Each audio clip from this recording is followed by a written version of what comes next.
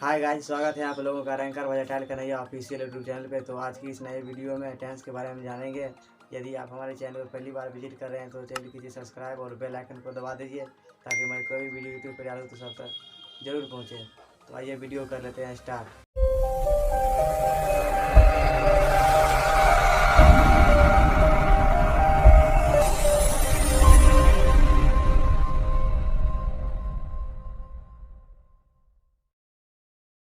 अभी हम टेंस की परिभाषा को जानते हैं और वो टेंस की परिभाषा क्या होती है वो हम बताने जा रहे हैं। तो टेंस की परिभाषा यही होती है, क्रिया के जिस रूप से उसके समय के होने की पूर्णता या अपूर्णता को बोध कराता हो उसे टेंस कहा जाता है। एक बार फिर मैं बोल रहा हूँ, क्रिया के जिस रूप से उसके समय के होने की पूर्णता या अपूर्णता को बोध कराता हो उसे टेंस कहा जाता है। अब बात आती है कि टेंस कितने प्रकार के होते हैं। तो टेंस 3 प्रकार के होते हैं। There are 3 types of tense. अभी हम टेंस के प्रकार को लिखते हैं।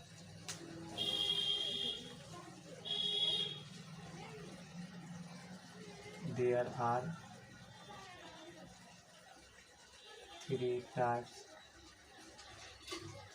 Of tense.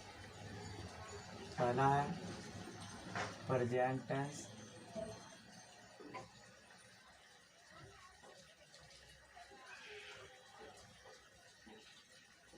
दूसरा है पास्ट टेंस, तीसरा है फ्यूचर टेंस।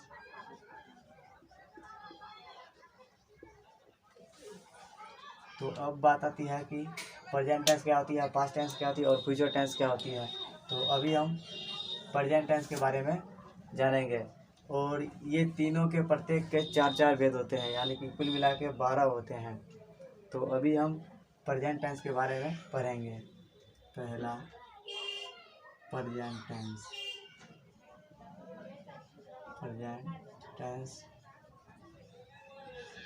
या टेंसेस विथ प्रेजेंट। अब इसका 4 रूप होता है, और वो 4 रूप अभी हम बताते हैं। पहला है सिंपल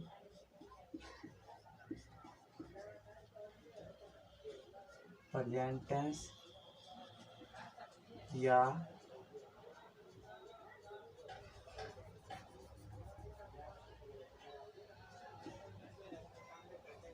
इंडेफिनिट टेंस। दूसरा है प्रेजेंट कंटिन्यूअस टेंस।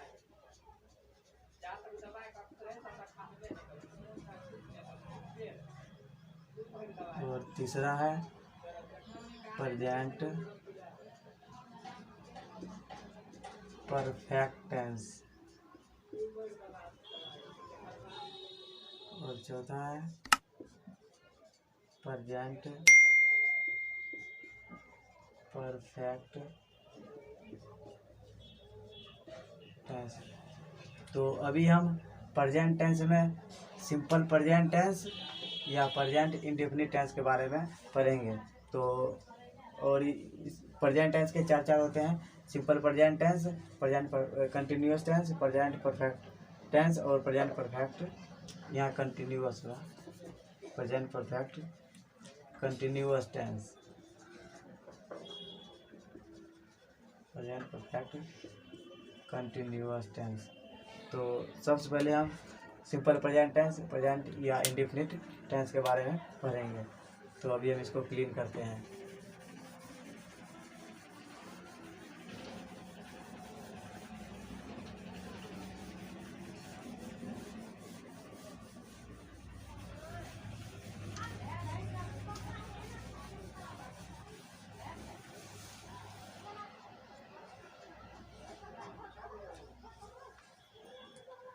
पहला है, ये पहला का पहला है, सिंपल प्रेजेंट टेंस।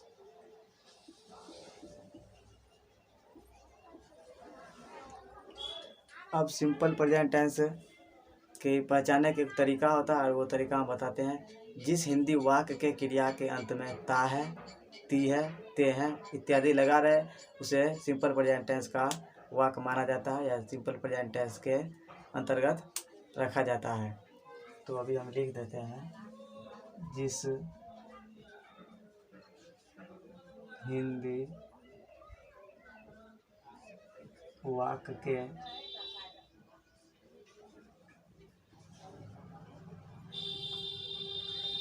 क्रिया के अंत में ता है, ती है, ते हैं इत्यादि लगा रहे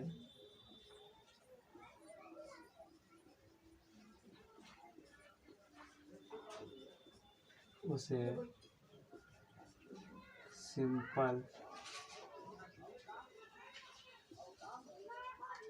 प्रेजेंट टेंस का वाक्य माना जाता है।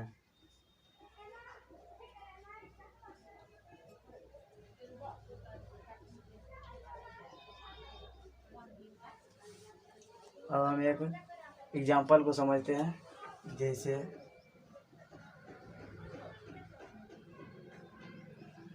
मैं जाता हूँ,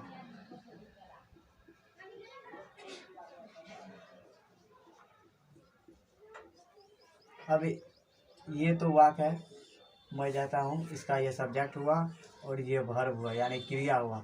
अब क्या कह रहा है, जिस हिंदी वाक्य के क्रिया के अंत में ता है, क्रिया के अंत में ये ता है तो ये सिंपल प्रेजेंट टेंस का वाक्य माना जाता है। तो इसका हम ट्रांसलेट कैसे बनाएंगे, तो इसका हम स्ट्रक्चर लिख देते हैं और इसका स्ट्रक्चर लिख देंगे, उसके बाद ये सभी बन जाएगी। तो इसका हम स्ट्रक्चर पहले लिख देते हैं। तो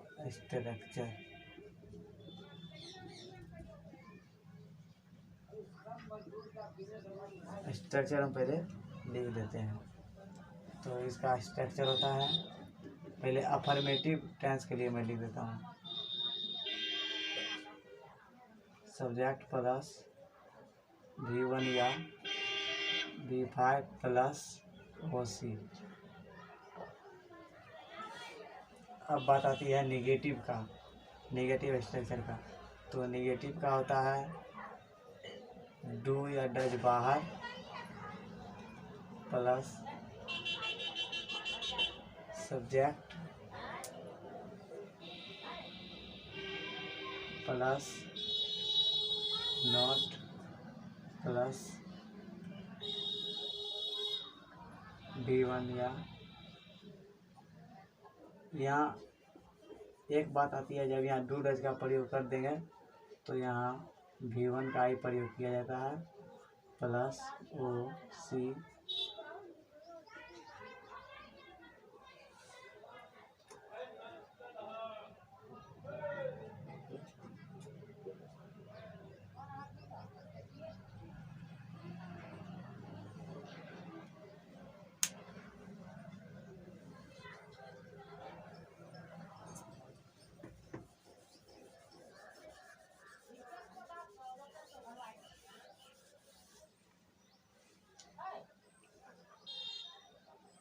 तो अभी हम निगेटिव का स्ट्रक्चर लिख रहे हैं, निगेटिव का, निगेटिव सेंटेंस का। तो इसका हो जाएगा सब्जेक्ट प्लस डू या does, does plus not plus V1 plus OC। अब बात आती है इंट्रोगेटिव का।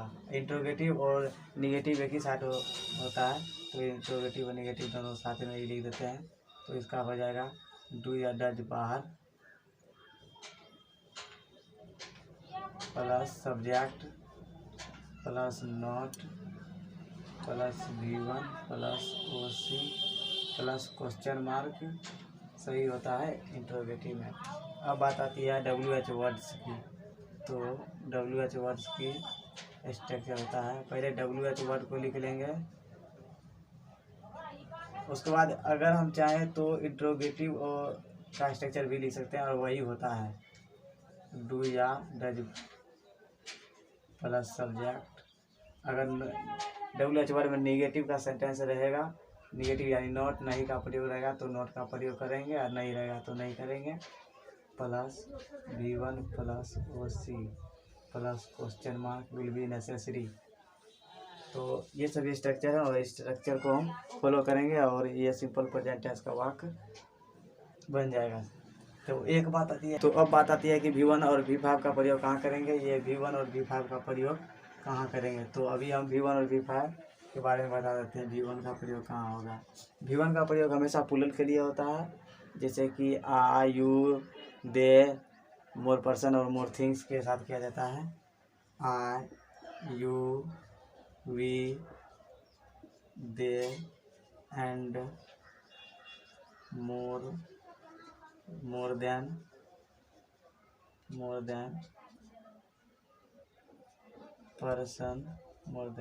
पर्सन और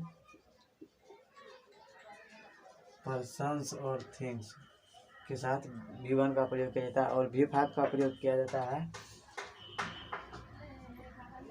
V5 का प्रयोग हमेशा सिंगुलर के लिए किया जाता है, जैसे कि ही, सी, राम किसी नाम के साथ ही, सी और वन पर्सन और थिंग्स। तो V1 और V5 का प्रयोग पता चल गया और हम एक वाक्य लिखते हैं और उसी वाक्य से आपको सब बन जाएगा। जैसे कि यही मैं बता रहा था पहले, मैं एग्जाम्पल, मैं जाता हूँ।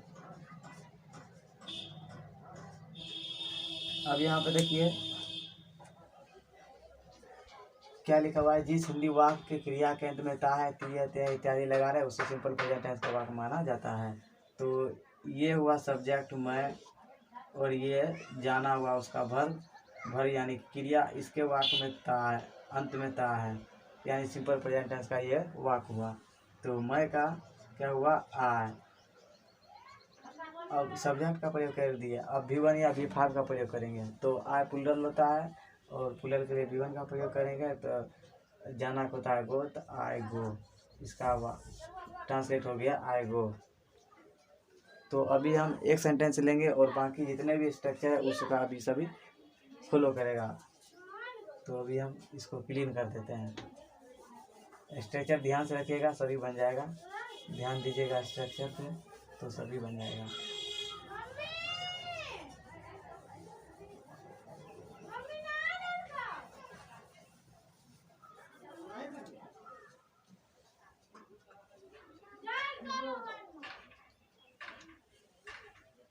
जैसे वह खाती है, पहला हुआ। और निगेटिव के लिए वह नहीं खाती है। तीसरा क्या हुआ, खाती है।